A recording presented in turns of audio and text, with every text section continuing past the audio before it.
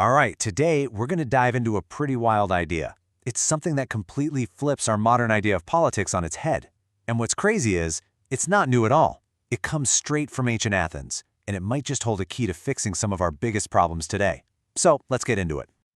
So let me just start with a question that I know is going to sound totally absurd at first.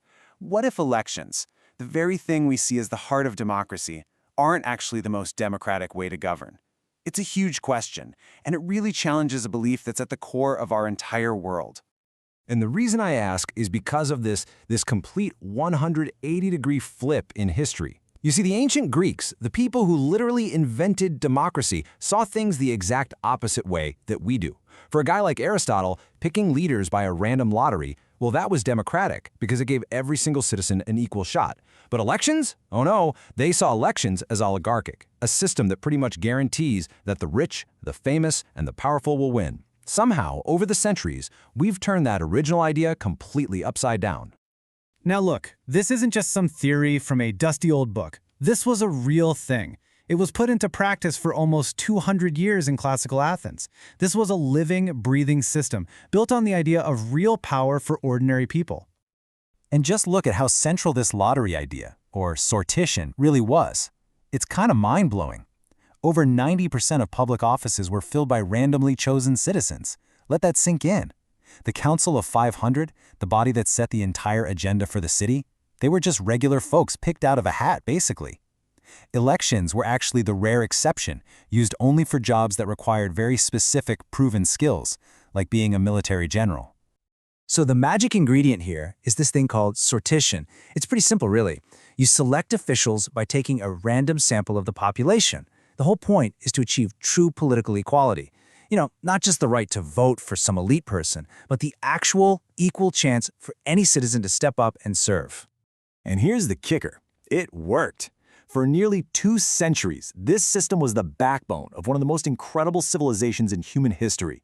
It fought off tyranny from the inside, it defeated the mighty Persian Empire, and it didn't just collapse on its own. It was finally brought down by an external invasion. Okay, so that was then. That brings us to right now. How in the world could we take this ancient system and make it work for the massive, complex world we live in today? Well, that's where this concept of Demarchy comes into the picture. At the heart of the Demarchy idea is this really smart structure called the triad of control. It splits power up in a fascinating way. First, you've got a Citizen Assembly, chosen by lottery, and their job is to decide the what, the big picture goals, the ethical direction. Then you have professional managers who are hired for their expertise. Their job is the how. They figure out the best technical way to get things done. And finally, you have independent auditors who verify everything, making sure it's all legal and on track. And this is the absolute genius of it. Power is deliberately spread out. No one group, not the citizens, not the experts, not the auditors, can run the show by themselves. They have to keep each other in check. It's a natural system of checks and balances. To make this crystal clear, there's a really great analogy that helps explain how this all works together. Think of it like an airplane. Okay, so imagine this. We, the citizens, we own the plane. The Citizen Assembly, our randomly selected group, they act as the board of directors. Their job is to decide the destination. They say, we're flying to Madrid. Simple. Now, the professional managers, they're the pilots. They don't pick the destination, but they know how to fly the plane. They figure out the altitude, the speed, the fuel, all the technical stuff to get us there safely.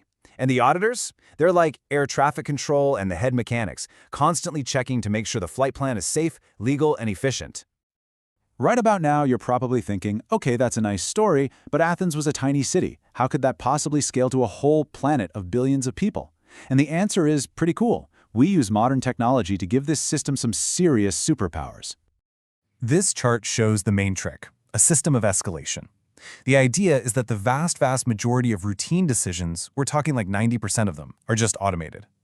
The next chunk, about 8%, are handled by the professional managers. And what this does is it frees up the Citizen Assembly to pour all of their time and brainpower into the really tough stuff, that critical 2% of decisions that need careful, human, ethical deliberation.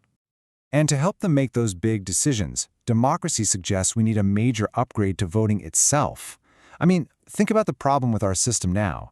We take these huge, nuanced, complicated issues and we smash them down into a single, binary choice, yes or no.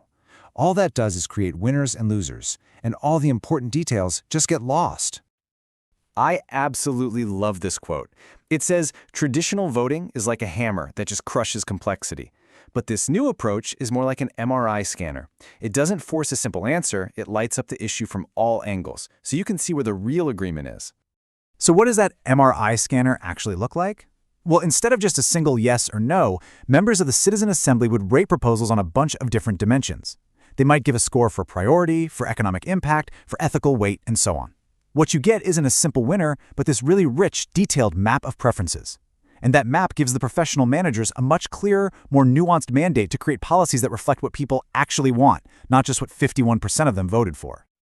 Okay, so we've jumped from ancient Athens all the way to some pretty futuristic tech. But let's bring this back home. Why does any of this really matter to you and me today? Let's just ask the question straight up. In the 21st century, why should we care about an idea that's literally thousands of years old? Well, because it offers real, potential answers to some of the biggest problems that drive us all crazy about politics.